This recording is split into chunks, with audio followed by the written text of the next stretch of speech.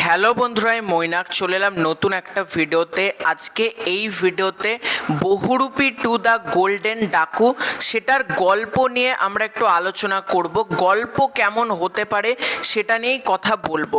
দেখো, আমি already teaser review করে ফেলেছি এবং তোমরা যারা দেখোনি আমি ডেসক্রিপশন বক্সে লিঙ্কটা দিয়ে রাখবো, তোমরা এই ভিডিও শেষে আমার টিজার রিভিউটা দেখতে পারো।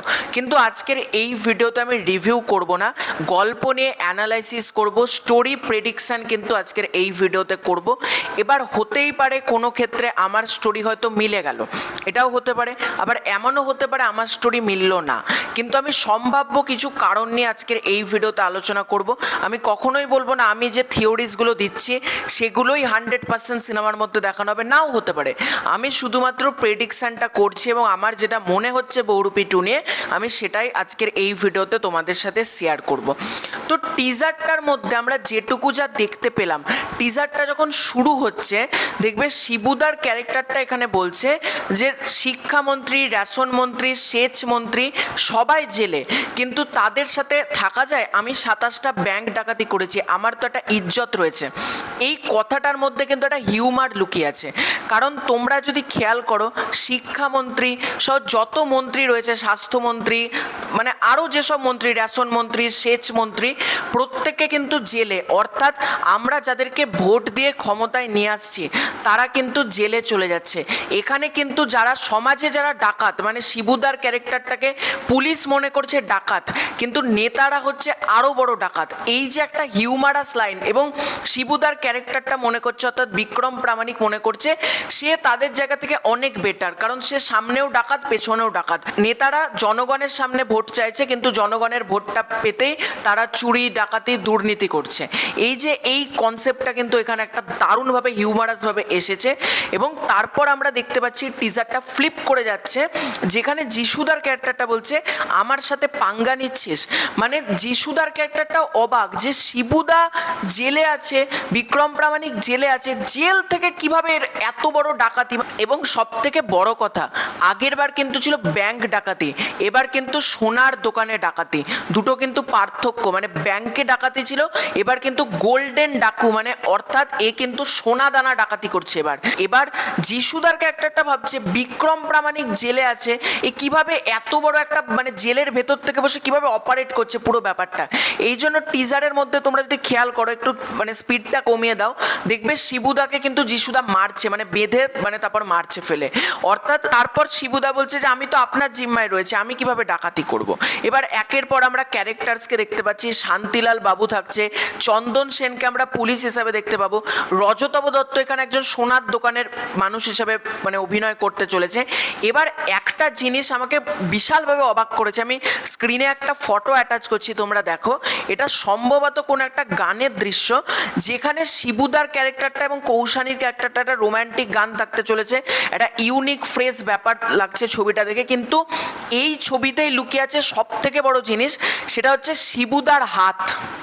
ভালো করে খেয়াল করো, হাতটা কিন্তু নর্মাল, মানে যেটা যিশুদার ক্যারেক্টারটা বলছে তোর হাতটা তো নুলো, মানে হাতটা তো তার বোমবার থেকে পুড়ে গেছিল শিবুদার, তাহলে কিভাবে তার হাতটা আবার এলো?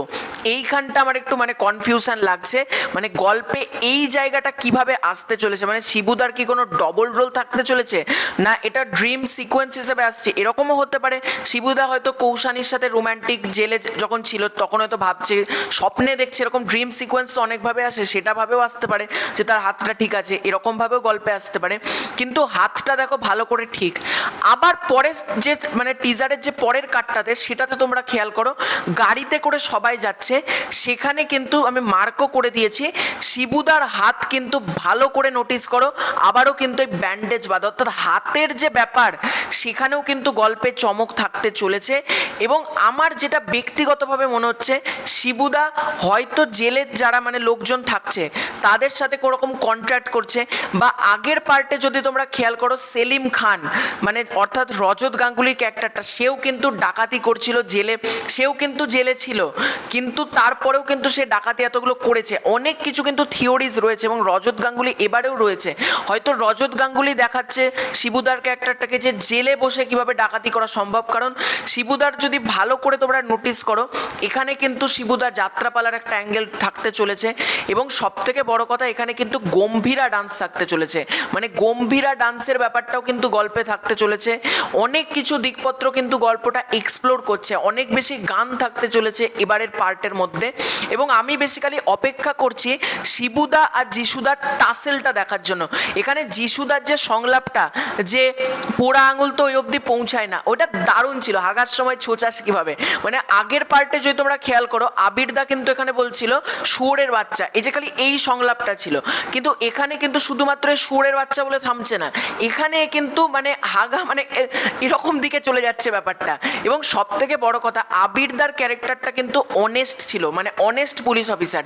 যিশুদার চরিত্রটাকে যতটুকু দেখানো হলো, মানে শিবুদাকে ভেঙাচ্ছে যেভাবে যেভাবে সে কাঁদছে, ওখানটা দেখে আমার যেটা মনে হলো যিশুদার ক্যারেক্টারটা কিন্তু একটা ব্যাডাস ক্যারেক্টার এবং এই ক্যারেক্টারটার মধ্যে কিন্তু একটা পাগলপন্থী ব্যাপার আছে, ঠিক আছে, মানে এই ক্যারেক্টার একটু মানে হিউমারাস কথাবার্তা বলবে এবং অনেস্ট কিন্তু লাগছে না, মানে আমার ব্যক্তিগতভাবে যিশুদার ক্যারেক্টারটাকে অনেস্ট লাগছে না। হয়তো এটাও হতে পারে গল্পে যিশুদা শিবুদাকে ফাঁসাচ্ছে, হয়তো শেষে গিয়ে আমরা দেখতে পেলাম যে মূল কালপিট হচ্ছে যিশুদা, মানে আগেরবার যেমন শিবুদা আবিরদাকে ফাঁসিয়ে দিয়েছিল এরকম কোনো অ্যাঙ্গেল কিন্তু গল্পে থাকতে পারে। এবং আবিরদার যে চরিত্রটা ছিল এসআই সুমন্ত ঘোষাল, তার থেকে কিন্তু এসআই অয়ন ব্যানার্জি অর্থাৎ যিশুদার ক্যারেক্টারটা কিন্তু অনেক বেশি ডেডলি হতে চলেছে। আমার টিজারটা দেখে আমার ব্যক্তিগতভাবে মনে হলো যে যিশুদার চরিত্রে কিন্তু ভালো ডাইনামিক্স রয়েছে, ডেপথ রয়েছে এবং টিজার লেভেলে যিশুদা যে এক্স ফ্যাক্টরটা ছাড়তে পেরেছে সেটা কিন্তু দারুণ, হ্যাঁ, মানে এবং যিশুদার টিজারটার মধ্যে যে এক্স ফ্যাক্টরটা রাখতে পেরেছে সেটা কিন্তু দারুণ। এবং সব থেকে বড় কথা এখানে শিবুদার চরিত্রটা যত বেশি মানে শিবুদার ক্যারেক্টারটা যদি ধরো ডালে ডালে যাচ্ছে, এখানে কিন্তু যিশুদার ক্যারেক্টারটা পাতার শিরায় শিরায় চলে যাবে, মানে দুজনের যে ক্যাট অ্যান্ড মাউস যে চেষ্টা সেটা কিন্তু এখানে দেখার মতন ব্যাপার হবে যে দুজনের চেষ্টা কিরকম হচ্ছে। এবং আমার এটা মনে হচ্ছে শিবুদার হতে পারে হয়তো এখানে কোনো ডবল কারণ হাতের ওই জায়গাটা আমাকে একটু কনফিউজ করেছে, মানে একটা জায়গায় হাত আমরা মানুষের সাধারণ মানুষের যেমন হাত হয় ওরকম দেখতে পাচ্ছি, আবার সেকেন্ডের মধ্যে দেখছি হাত মানে আবার আমরা পর মুহূর্তে দেখতে পাচ্ছি হাতটা নেই, মানে পোড়া হাত, কিভাবে পসিবল এটা। সুতরাং অনেক কিছু দিকপত্র কিন্তু গল্পে রয়েছে এবং এইটুকু টিজার দেখে গল্প সম্পর্কে অনেক কিছু বলে দেওয়া সম্ভব না। আমার যে থিওরিজ গুলো প্রবাবলি মনে হলো সেগুলো আমি বললাম। এবং আরো একটা দিকপত্র এখানে কিন্তু খেয়াল করতে হবে, আবির আর রীতাভরির ক্ষেত্রে অনেকে কিন্তু এটা কমপ্লেন করেছিল রীতাভরির ট্র্যাকটা যখন গল্পে আসছে সেটা কিন্তু বোরিং হয়ে যাচ্ছে।